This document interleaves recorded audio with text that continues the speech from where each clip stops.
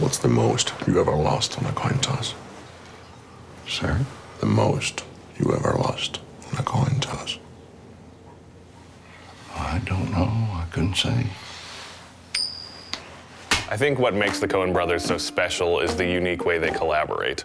Joel and Ethan Coen both write together and direct together, and very frequently they edit together, sometimes under an assumed name.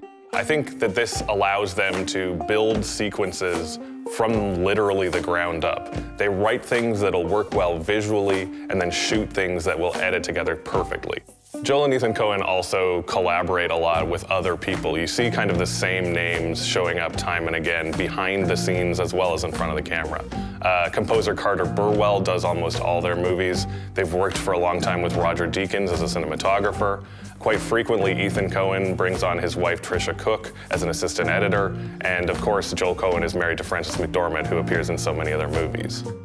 Probably what I like most about the Coen Brothers is their sense of humor, and it's a real weird existential humor. Quite often, their characters are people who just realize that everything is going out of control for them. They're trapped. They're sometimes hated by just a God that does not care. Sometimes it's a horrible crime gone awry. But it's all about how somebody who just sees their life spinning out of control deals with it. So, okay, so if that's that, then we can do this. And that's Schrodinger's paradox, right? Is the cat dead, or is the cat not dead? I think my favorite Coen Brothers movie is A Serious Man, because it takes all the subjects they love and deals with them in a very grand way. I think Michael Stuhlbarg is so perfect because he's encapsulating everything that the Coens love.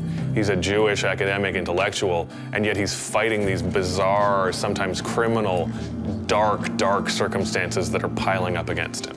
But what if I had, say, secrets of a highly... secrets that might interest the organs of this? The best part of Burn After Reading is really seeing these serious actors be so goofy. You have Brad Pitt in probably his funniest role, Frances McDormand being this vain weirdo who's just obsessed with plastic surgery, and the best is really John Malkovich as this completely unhinged agent. Miller's Crossing is really the first movie that had the full Coen sensibility and a lot of their cast for the first time. You're seeing John Turturro, Steve Buscemi, John Polito, and Frances McDormand all appearing on screen. These are people who would come up again and again in Coen Brothers movies. What are you doing, baby? I'm going out. Going where? Well, something I forgot to do, but I'll be back.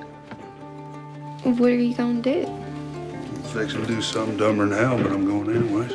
No Country for Old Men is a very unique movie in the Coens' catalog because it's one of their only straight adaptations. There are a lot of great actors in No Country for Old Men, but it's really Javier Bardem that stands out with his character of Anton Chigurh. He manages to not only do all the menacing, violent, crazy stuff you see on screen, but he also manages to sell those wonderful, intimate scenes as well. He's so good having a conversation with the other characters in the movie, especially as this sort of weirdo outsider. Llewyn. Mr. Cromartie, it's an honor to meet you. Where's your guitar?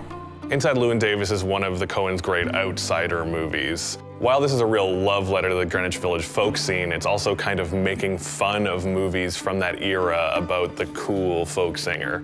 Llewyn Davis is such a miserable jerk, and also it really tears apart things like On the Road. There's the big sequence of him going for a drive across America, and it's just ridiculous.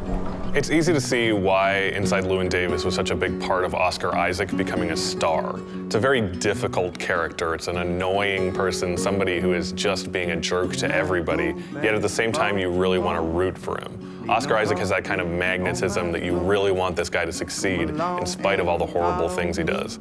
And it doesn't hurt that he has a very good singing voice too. Everybody, green, green, rock and roll, yeah. What's your favorite Coen Brothers movie? Tell us in the comments and subscribe for more from Hollywood Suite.